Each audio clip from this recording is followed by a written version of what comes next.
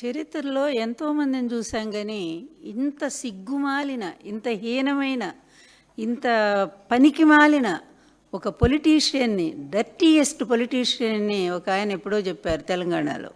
Dirtiest కాదు, ఇంకా దానికి త్రిబుల్ డర్టీయెస్ట్. అంత హీనమైనటువంటి ఒక వ్యక్తిని ఈరోజు ఆంధ్రప్రదేశ్ ముఖ్యమంత్రిగా చూడటం అంటే ఇంతకంటే ఆంధ్ర ప్రజల దురదృష్టం ఇంకోటి చెప్పటానికే వీల్లేదు. అబద్ధాలు అబద్ధాలు అబద్ధాలు అబద్ధాలు అబద్ధాల మీద కోటలు కట్టుకుంటూ గత ముఖ్యమంత్రి చేసిన పనులన్నీ తన ఖాతాలో వేసుకుంటూ ఇంత నీచానికి ఎవరైనా గతంలో పాల్పడ్డారంటే కానీ, ఎందుకంటే ప్రతి ఒక్కరికి ఒక ఆత్మగౌరవం ఉంటుంది, ప్రతి ఒక్కళ్ళకి కూడా కొంచెమైనా సరే బిడియం ఉంటుంది. అరే ఇది వాళ్ళు చేసింది కదా, మేమెందుకు చెప్పుకోవాలి అని. అలాగే ఇది అబద్ధం కదా, మనం ఏం చేస్తున్నాము, ఇలా రాజకీయం కోసం ఇలాంటి పిచ్చి పిచ్చి మాటలు, పిచ్చి అబద్ధాలన్నీ ప్రచారం చేస్తున్నాం. ఎవరి మీద చేస్తున్నామంటే అదిగో సాక్షాత్తు మొత్తం ప్రపంచ దేశాలన్నీ కూడా పూజించేటువంటి మహాదేవుడు ఆయన, కలియుగ స్వామి ఆయన, కలియుగ వెంకటేశ్వర స్వామి. ఆయన ప్రసాదం మీద ఇంత నీచంగా మీకు నోరా లేకపోతే తాటి మట్ట కూడా అర్థం కానటువంటి పరిస్థితి. ఆ తాటి మట్టలో కూడా వర్షం కురిస్తే శుభ్రంగా అయిపోతాయి, ఎంత పచ్చ కళకళ్ళాడతాయి.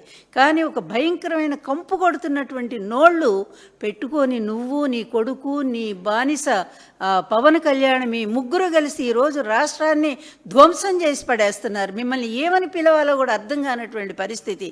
ఏ భాషతో మిమ్మల్ని వాడాలరా, రాను కూడా అనాలనిపిస్తూ ఉంది.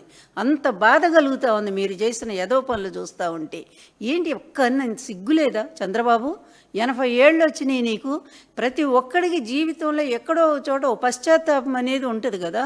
ఎక్కడో చోట నేను ఈ తప్పు చేశాను, నేను ఇప్పుడైనా సరే పశ్చాత్తాపడి ఆ దేవుడికి నేను క్షమాపణ చెప్పుకోకపోతే నాకు జీవితం ఏమి ఉండదు అని చెప్పాను. ప్రతి ఒక్కడికి కలుగుతుంది ఎక్కడో చోట. కానీ నీకు 80 ఏళ్ళు వచ్చింది, ఇప్పటికేమో అసలు మైండ్ లేకుండా పోతున్నావు. నువ్వు ఏం మాట్లాడుతున్నావో నీకే అర్థం కావట్లేదు. ఎవరో కట్టిన బిల్డింగ్ దగ్గరికి వెళ్ళి ఫోటో తీసుకొని ఇది నాది అంటావు, అక్కడికి వెళ్ళి దావోస్ వెళ్ళి ఏదో అబద్ధాలు ప్రచారం చేస్తావు, 23 లక్షల కోట్ల ఉద్యోగాలు అంటావు. ఇది నీ మైండ్, నీ పరిస్థితి ఇది. అలాంటి నువ్వు ఇప్పటికి కూడా కనీసం పశ్చాత్తాపం లేకుండా నీ అబద్ధాలు అనేటువంటి దాన్ని కంటిన్యూ, ఇది ఒక నిఘంటువులాగానో లేకపోతే ఒక గ్రంథ రచనలాగానో నువ్వు కంటిన్యూ చేస్తూనే ఉన్నావు. ఇప్పటికి కూడా నీ పాపం పండే రోజు దగ్గరకు వచ్చిన చంద్రబాబు, నువ్వే కాదు నీ కొడుకు, నీతో పాటు ఉన్న నీ బానిస పవన్ కళ్యాణ్ ముగ్గురు కూడా జైలుకి వెళ్ళేటువంటి పరిస్థితి రాబోతోంది. నిజం చెప్తున్నాం మేము. ఎందుకంటే ఈరోజు సిబిఐ ఇచ్చినటువంటి రిపోర్టు, సుప్రీంకోర్టు ఆ రోజే మొట్టికాయలు వేసి నేను ప్రశ్నలు వేసింది.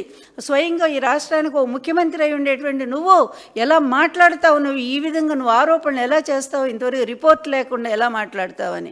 ఎప్పటిది నెయ్యి నువ్వు ఇచ్చినటువంటి బోలే బాబా, నువ్వు పర్మిషన్ ఇచ్చిన వాడే కదా, ఆడు సప్లై చేసింది. పైగా ఎప్పుడు ఇది టెస్ట్కి వచ్చింది, జూన్లో కదా, అంటే నీ గవర్నమెంట్ వచ్చిన తర్వాత కదా. అది వచ్చిన 4 నెలలకు నువ్వు అనౌన్స్ చేస్తావా?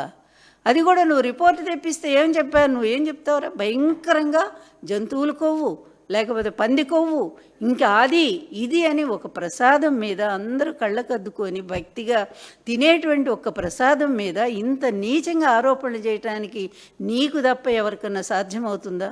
ఇంత అబద్ధాలు చెప్పగలిగినటువంటి హీనస్థితి ఇంకే నాలుకైనా ఉందా? అదొక్క నీ నాలుకే సాధ్యం. ఈ అబద్ధాలతోనే కదా నువ్వు జీవితం అంతా ఇట్లాగే చీ చా అని అందరూ అంటూనే ఉన్నారు.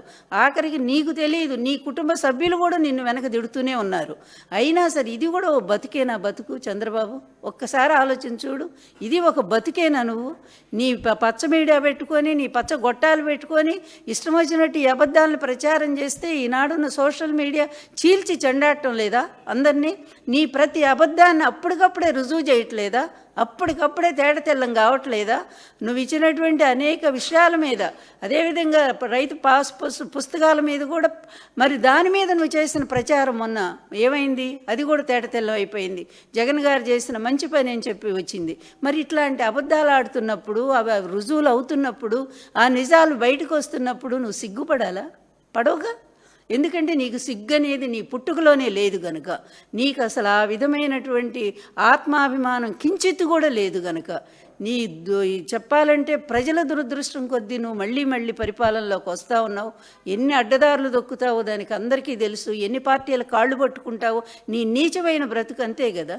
దేవుళ్ళ లాంటి ఎన్టీఆర్ని పొట్టన పెట్టుకున్నావు, ఆ రోజు వెన్నుపోటు పొడిచావు, చెప్పులేయించావు, ఆ రోజు దాన్ని మైపుచ్చడానికి లక్ష్మీపార్వతి మీద నిందలేయించావు. ఇదే పచ్చ మీడియాని పెట్టుకొని అడ్డంగా పెట్టుకొని అబద్ధాల మీద అబద్ధాలు, అబద్ధాల మీద అబద్ధాలు, ఇప్పటికీ అదే అబద్ధాలు లక్ష్మీపార్వతి మీద చేస్తున్నావు.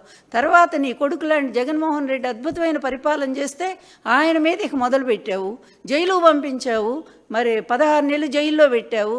అయినా కూడా రాజశేఖర్ బిడ్డ గనక, ధైర్యవంతుడు గనక నిలబడి నీ కుట్రలు కుయుక్తులన్నీ ఎదుర్కొని వచ్చి స్వయంగా ఎవరి సాయం లేకుండానే అతను ముఖ్యమంత్రి కాగలిగాడు, ఈ రాష్ట్రానికి ఎన్నుకోబడ్డాడు. మొన్న జరిగిన ఎలక్షన్ మళ్ళీ జగన్ గెలుస్తాడని చెప్పి ఈవీఎంల ద్వారా మోసం చేసి ఎలక్షన్ కమిషన్ గుప్పిట్లో పెట్టుకొని మళ్ళీ మొన్న గెలిచి వచ్చి ఇది ఒక గెలిపేనంసి. ఇంత హీనమైన బ్రతుకు ఎవ్వరూ కూడా ఈ చరిత్రలో ఇంతవరకు కూడా మేము చూడలేదు. నిజంగా చంద్రబాబు ఛీ, నిజంగా ఛీ, ఇట్లా తిట్టాలనిపిస్తుంది. ఏ పదాలు, ఎందుకంటే నాకు పరుష పదాలు రావు గనక ఇక ఈ భాష చీ అనే పదం కంటే కూడా ఇంకా హీనమైన పదం ఇంకొకటి ఉంటుందని నేను అనుకోను. అట్లాంటిది మళ్ళీ చూడు, ఇప్పుడు పక్క సిబిఐ రిపోర్ట్ వచ్చింది, చెప్పింది అందులో ఏమీ లేదు, కలవలేదు, ఇది పామాయిల్ లాంటివి గల. అది ఇప్పుడేంటి, ఎప్పుడో మీ ఈవోనే చెప్పాడుగా, ఆ రోజే చెప్పాడుగా, పామాయిల్ తప్ప ఏం కలవలేదు, జంతువులకు కలవలేదని. మళ్ళీ ఆయన చేత బలవంతంగా ప్రెస్ మీట్ పెట్టించి 3 నెలల తర్వాత అందులో ఇంకేదో కలిసిందని అర్థం వచ్చేట్టుగా చేసి నీ హయాంలో నువ్వు పర్మిషన్ ఇచ్చిన బోలేబాబు ద్వారా సప్లై అయినటువంటి నెయ్యి నీ హయాంలో వచ్చిందే. టెస్టుకు పంపించారు, 2 సార్లు టెస్టుకు పంపించిన జంతువులకు కలవలేదని ఆ రోజే చెప్పారు. మరి ఎవరి మీద అయితే మీరు ఆరోపణలు చేశారో, కరుణాకర్ రెడ్డి గారి మీద, అదేవిధంగా సుబ్బారెడ్డి గారి మీద, ఇది మరి సుబ్బారెడ్డి గారు కోర్టుకి వెళ్ళారుగా, సుప్రీంకోర్టుకి. ఆయన తప్పు చేసి ఉంటే కోర్టుకి వెళ్తారా? నువ్వెందుకు వెళ్ళలేదు? ఎప్పుడు ఇన్ని తప్పులు చేశావు, ఇన్ని పాపాలు చేశావు, ఆఖరి స్కిల్ స్కామ్ లాంటి భయంకరమైనటువంటి ఒక దోపిడీకి నువ్వు దొంగలాగా ఉన్నావు. అట్లాంటి వాడివి కూడా కేసులు దొంగదారిని కొట్టేయించుకుని సిగ్గులేదా నీకు? అసలు ఏమాత్రం కూడా సిగ్గులేదా నీకు? దొంగదారిని కేసులు కొట్టేయించుకుంటున్నటువంటి నీది ఒక బ్రతికేనా? ఛీ, ఇట్లాంటి బ్రతుకుతూ ఎదవ బ్రతుకు ఎందుకయ్యా?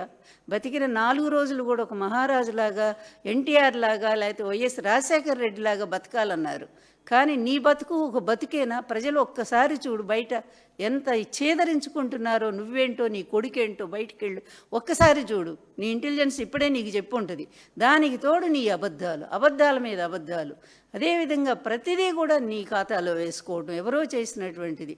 మరి ఎవరో కట్టిన వంతెనలు నీయే అంటావు, ఎవరో కట్టిన హాస్పిటల్స్ నీయే అంటావు, ఎవరో చేసినటువంటి ఇట్లాంటి వెదవబాటి మా అబద్ధాలకు మాత్రం నువ్వు కేర్ ఆఫ్ అడ్రస్గా మిగిలావు.